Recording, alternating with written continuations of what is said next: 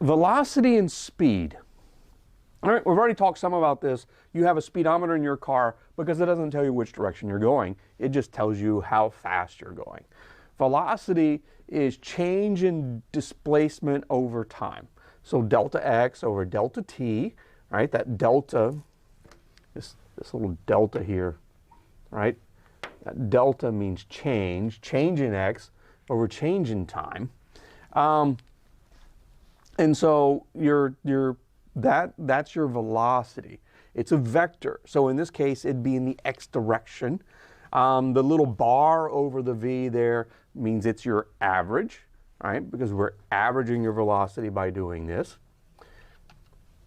If we look at some examples, you know, if I walk across the room, I go from 1 meter to 5 meters, and I do it in a couple of seconds, then I'm moving it 2 meters per second. And so these are all straightforward, pretty easy to comprehend, and that just gives you my average velocity. Acceleration is a change in velocity. Now, got to remember, velocity is a vector. So my vector velocity pointing up, if my speed increases going up, that's acceleration. If my speed decreases while I'm going up, that's acceleration. When we get into 2 dimensions, we'll talk about if all I do is change the direction, I'm accelerating. All right, my velocity, if I change the direction of my velocity, I'm accelerating. The acceleration is any change in velocity. If your velocity is not changing, you're not accelerating. If your velocity is changing, even if it's just the direction, you're accelerating. And this just gives you an example of the 2 types of acceleration in linear motion, which is either you're accelerating forward and increasing your velocity, or you're decelerating or accelerating backwards and decreasing your velocity.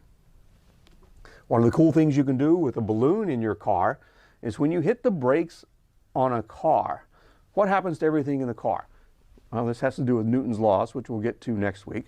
Everything in the car wants to go forwards. But if you have a helium balloon in your car, when you hit the brakes in your car, the helium balloon goes backwards. All right? So you guys think about that and see if you can figure out why a helium balloon, when you hit the brakes in your car, goes backwards. If you figure that out, let me know.